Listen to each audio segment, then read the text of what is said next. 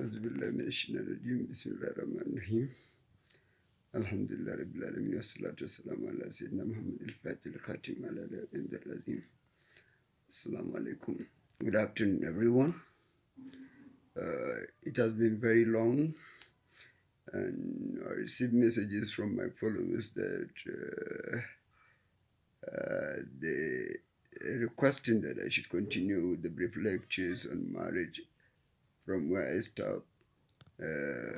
If you can remember, we mentioned earlier that we'll use the matrimonial life of the Prophet, peace and blessing be upon him. So I'll see how much lessons we can pick from his life, peace and blessing be upon him. Starting with his first marriage with Sayyidah Khadija bint Khuwailid. That is his first wife, whom he married while he was barely 25 and she was 40. Of course, obviously, she was 15 years older. And he stayed with her for 25 years. When he reached the age of 50, while she was 65, then she died. That was some 3 years before his immigration to Medina. Peace and blessing be upon him.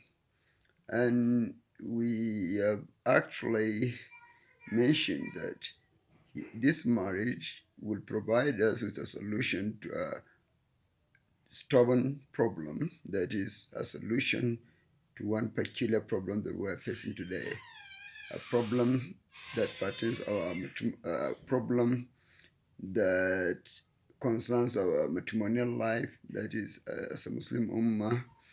We did mention that some elderly women who are some of them widows, others divorcees, used to be in need of a husband, but they preferred a younger partner as a companion, as a husband, rather than an age mate. But because of the standpoint of the society, that is because of the established norm in our society that most women used to marry those who are older than they are. So if they are to go for a younger suitor and settle down with him, they might expose themselves to social contempt and social criticism. So instead of them to pick from the profile of the material from the profile of the life and times of the Prophet, peace and blessing be upon him, and summon courage to marry any young man of their choice, no matter how younger he may be. Instead, they would prefer to establish an illicit relationship with young men, a relationship known as sugar daddy, sugar boy relationship. And since a solution is provided by the Prophet, peace and blessing be upon him, having used him, he himself, peace and blessing be upon him, as an example, so that no one will shy away from using this example. Because on whatever ground, either moral ground, ethical, or whatever kind of ground that one may depend on, that is, one can use to attack this kind of marriage. In fact, attacking such kind of marriage is tantamount or is close to to blasphemy, because after all, it happened between the Prophet, peace and blessing be upon him, the most chosen servant of the Almighty Allah, and his first wife. That means that a solution is provided. Then the second marriage, which came after the demise of his first wife, that's why we said another lesson that we may derive from his first marriage is that if one decides to live with only one wife, most cases in our social cycles, those who prefer to practice monogamy, that is to stay with only one wife, are being described as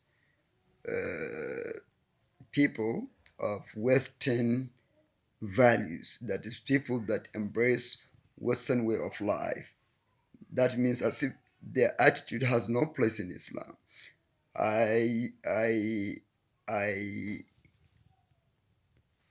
disagree with this because here is a prophet, peace and blessing be upon him, providing us with an example of how to live a monogamous matrimonial life. That's how to live with only one wife. Because after all, he lived with only one wife for a period of 25 years.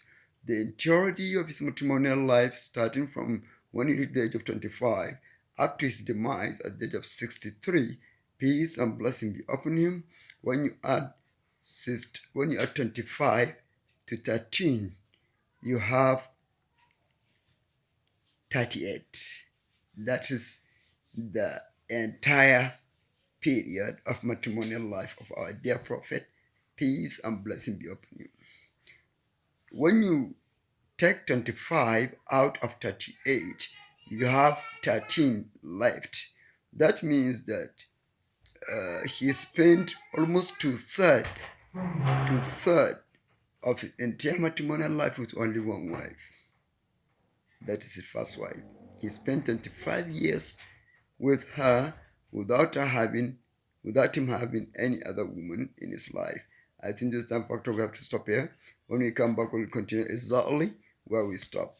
اللهم صل على سيدنا محمد الفاتح ما أغلق والخاتم ما سبق نصر الله ولا جل جلاله سبحانه وتعالى السلام عليكم.